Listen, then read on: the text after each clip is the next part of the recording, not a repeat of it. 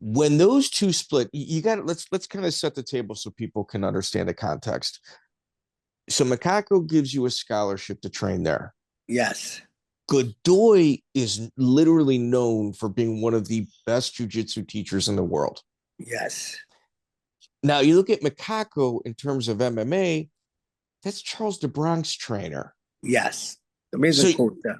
So you've got like a two-headed monster between MMA and jiu-jitsu right there. Yeah. That were best friends at one point. Yeah. What was the reason for the split? That Man, to be quite honest, I never touched that subject. I know there was a lot. It wasn't one thing. It just things building up over the years. Imagine, man, they're the only guys that from São Paulo that had the best gym at the time. The Godoi Macaco was one of the biggest camp. Biggest camp in São Paulo and the hottest camp in São Paulo. They got the best fighters, all the guys that win everything. And they're the only ones that they're from São Paulo. Everybody else that brought jiu-jitsu to São Paulo was from Rio, from different states. They're originals from São Paulo. So because of that, they were very famous and popular, a lot of money, a lot of media and stuff. And I know, I think just, they were also young fighters at the time, young, business player.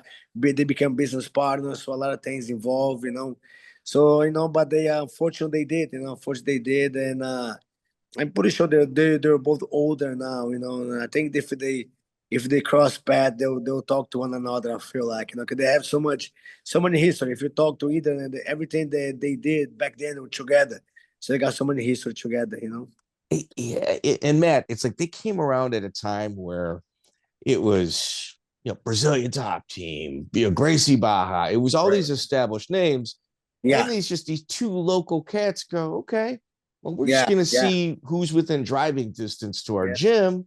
Yeah. Even to this day, people have like Godoi Macaco shirt. There's like, man, there's like they worth so much money because it was such it was so big, and unfortunately, it was too much success and they couldn't handle.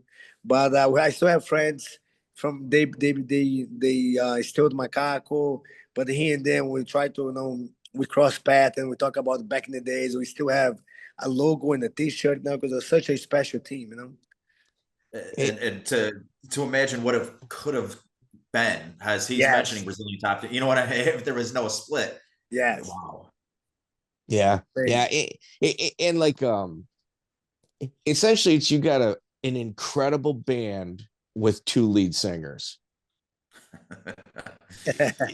There's gonna be some arguments and fights, and like it was the clash was so like ferocious that it made local news. Like it made local news. They had two grappling matches. They ended up with an MMA match, and I mean their match, their MMA match was that I think before UFC came to Brazil, it was the highest price anybody got paid MMA. I think they each got like 100,000 reais for Brazil. That's a lot of money each, just for that fight. And every time they fought, man, it was crazy because you have to amp up the security because both teams have so many fighters, and then and a couple of times it result to a bunch of fights in arena, the crowd.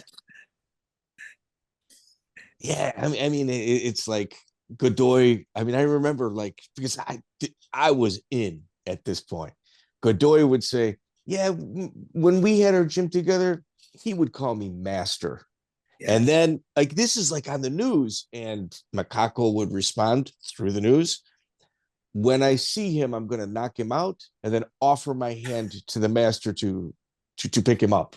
And it was like the news. It was a bad blow, dude. Yeah. And they lived in the same city. Yeah. In the same city. And then they avoid. They knew, I guess, like especially in the beginning when the split first happened. I think they knew each other place they used to like to go and everything. So, otherwise there will be a bunch of fights. But they also had the coffee they shop. also have so much respect from each other. I feel like after a couple of years, I remember being when I made to UFC, I fought in UFC Brazil. I think it was Jaraguá do Sul, and I remember we're in in a hotel lobby, and everybody together. And then Godoy was with me, and Macaco was his with all the shoot box guys, and they just kept him respectful and casual, They're both professional as well, so it's cool to see that they respect and they respect the room, they respect everybody else. So I respect between them. I almost like to get them in the room together. Come on, man.